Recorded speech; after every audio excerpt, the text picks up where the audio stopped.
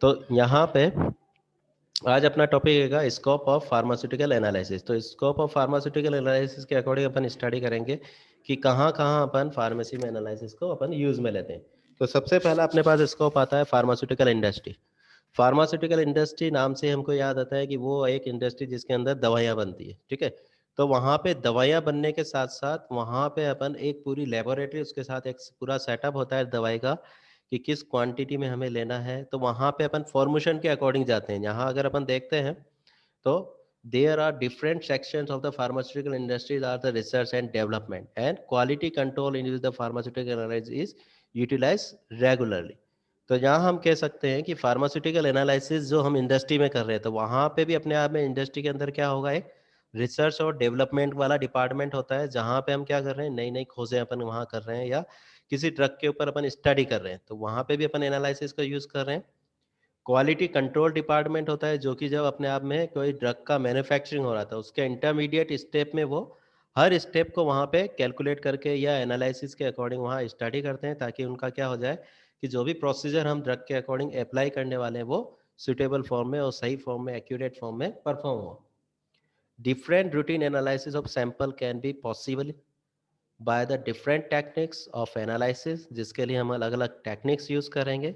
Row sample and the final product quality, purity, efficacy, safety can be analyse by the various method which are involve in pharmaceutical analysis.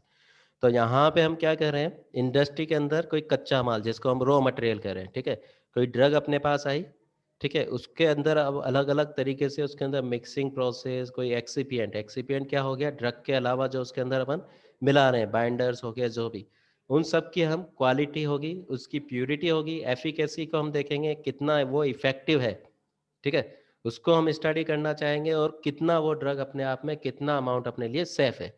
तो इन सब parameter के according भी हम क्या करते हैं, pharmaceutically analysis को वहाँ पे फार्मास्यूटिकल इंडस्ट्री में यूज करते हैं। नेक्स्ट अपने पास आता है इन फूड इंडस्ट्री।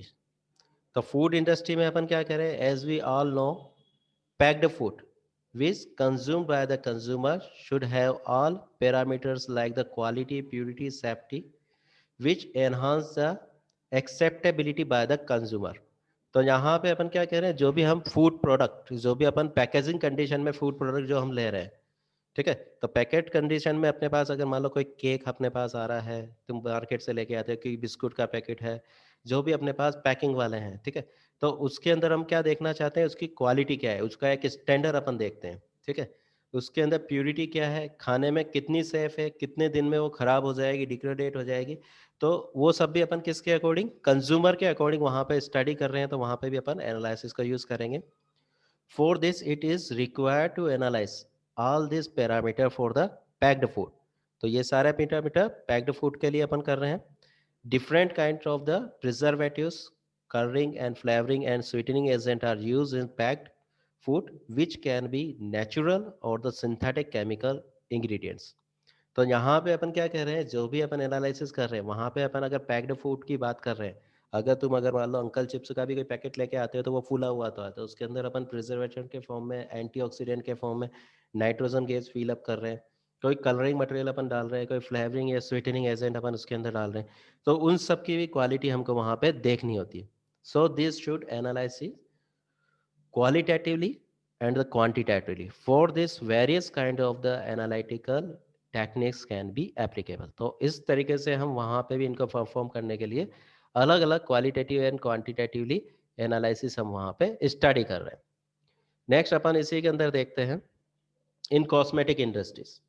यहाँ पे अपने पास एक बहुत बड़ी इंडस्ट्री का रोल है, यहाँ पे बहुत बड़ा है फैशन के अकॉर्डिंग।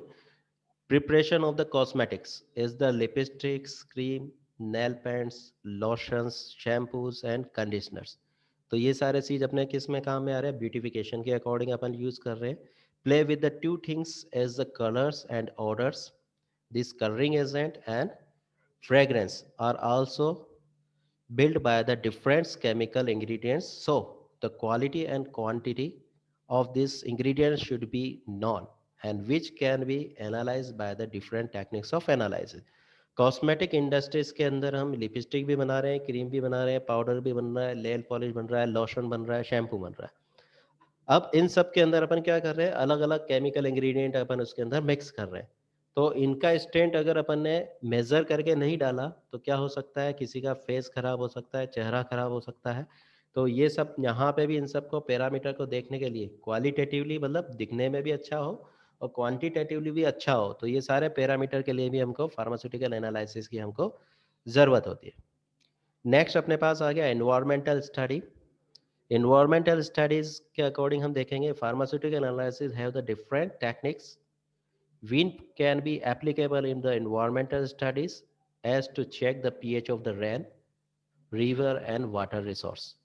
तो यहाँ हम क्या कह रहे हैं, इन्वायरमेंट में अगर बरसात अपने पास ज़्यादा हो रही है, एसिडिक है या रेन है, या रिवर का पानी किस तरह का आ रहा है, वाटर रिसोर्स जो हम इंडस्ट्री के अकॉर्डिंग यूज़ कर रहे हैं या घर के अकॉर्डिंग डोमेस्टिक में यूज़ कर रहे हैं या फार्मिंग के अकॉर्डिंग यूज़ कर रहे हैं, तो उसका रिसोर्स किस तरह का है, किस तरह के उसके अंदर केमिकल्स है, तो ये सब स्टडी करने के लिए भी हमको एनालिसिस की ज़रूरत है। तो different environmental factors like the temperature, humidity can be analyse by the analytical matters. तो यहाँ हम अलग अलग अपन टेम्परेचर, ह्यूमिडिटी के अकॉर्डिंग, एनालिटिकल मेथड के अकॉर्डिंग, इंडस्ट्री के अकॉर्डिंग हम यहाँ पे स्टडी कर रहे हैं।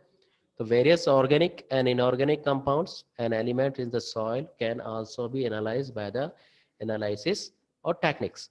तो यहाँ पे अगर अपन कहें सॉइल, तो सॉइल अपने आप में फार्मिंग के अकॉर्डिंग आ रही है, तो अलग अलग फार्मिंग के अकॉर्डिंग अलग अलग सॉइल अपने आप में नेचर के अकॉर्डिंग अपन को रिक्वायरमेंट होगी।